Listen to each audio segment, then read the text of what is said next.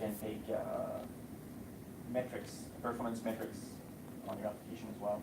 We can do some things from the outside. And can the inside get to respond? You can query the application inside data from the history, but you can also export the application sites. So the big use case for application sites. I mean, as these applications become more complex and they're distributed worldwide, they have multiple microservices and multiple tiers. Then you cannot use like a log file on the machine as your log source, because these services, they move around, they're distributed. These machines, they are ephemeral, right? You might, for example, in Azure, you might, let's say you're using PaaS resources. Your application can move to another server. When we do the maintenance of these machines, we will move your app on another server. You cannot expect that local files will be there. Same thing with containers. You go with Kubernetes, for example. Your container can be on a machine one day and on another machine the second day. So to make sense of all of this, you need to have a centralized way of running. So that's one of the use cases that the application sites is good at. And as I said, if we want to release often, very quickly, with less testing beforehand, we have to know when something goes wrong quickly to be able to react.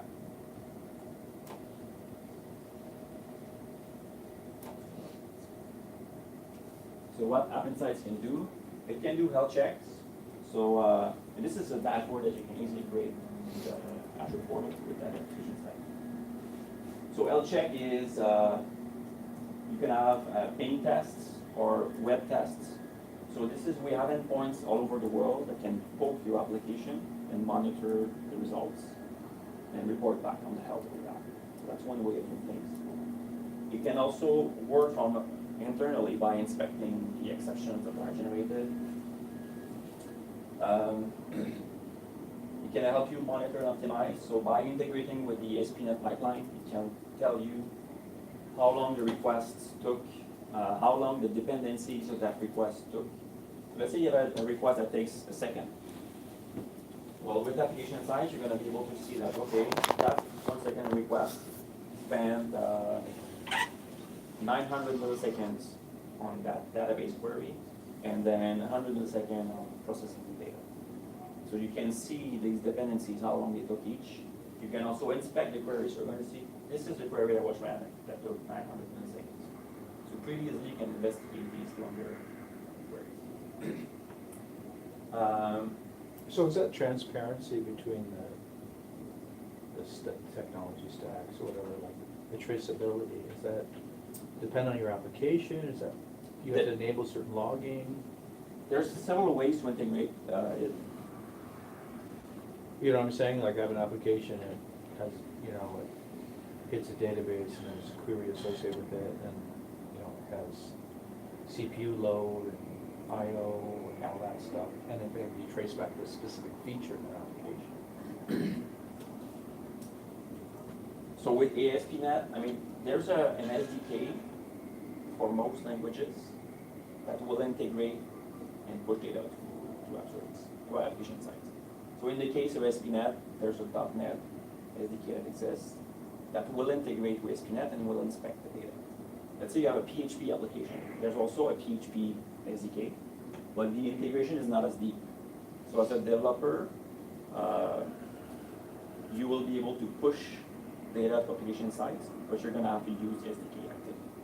You're going to say, at my application's client, I'm going to push request start, request end. Right. So the degree of automation and the level of features varies a bit across.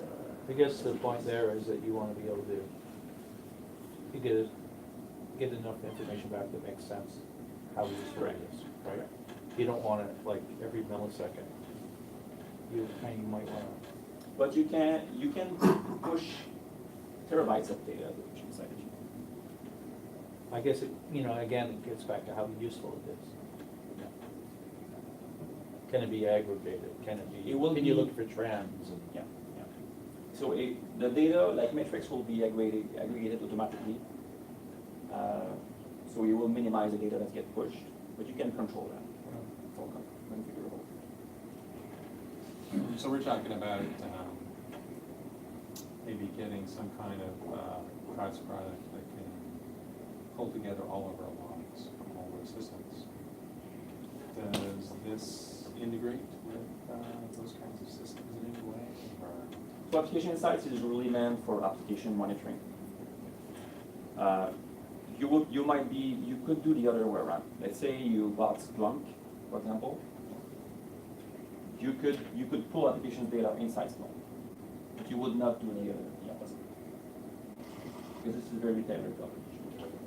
I thought logs was integrated with this. It's not. It's a separate service. Lab analytics? Yeah, one logs. It's a separate service. They work similarly. Actually, Lab analytics uses I probably just saw some more application insights. I don't want to do the same. is this the telemetry that was on the first one? Yes. So this sums up the telemetry. So it does several things. It helps you find slow queries. And when you get a request, there's a request ID. So let's say you have a microservices-based application. So that request will be tracked across all the services that it will hit. And so that single request hit these services. Each of these services will get X amount of milliseconds to respond. So you get that whole picture of. Yeah, that's what I see now. We have a number of monitoring tools in this way. One would be, it's just network-centric, for example. And you say, okay, well, I can see these utilization on these ports, but it won't be able to say, well, this traffic is associated with this. Or if I look at the database side, I would say, okay, how busy is the database server CPU memory-wise? And you might be able to say, okay, these types of queries are missing index or this type of thing, but it won't map it necessarily back to an application, maybe to a database, but the application uses multiple databases. So that traceability right to the application, it's like one of those missing things, those gaps. With COM, there is a link between the resource consumption and the APM mitigation.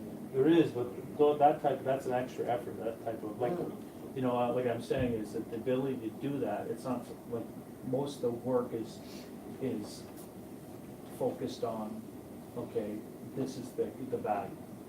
But this is extra work you have to do. Like, why do any logging, right?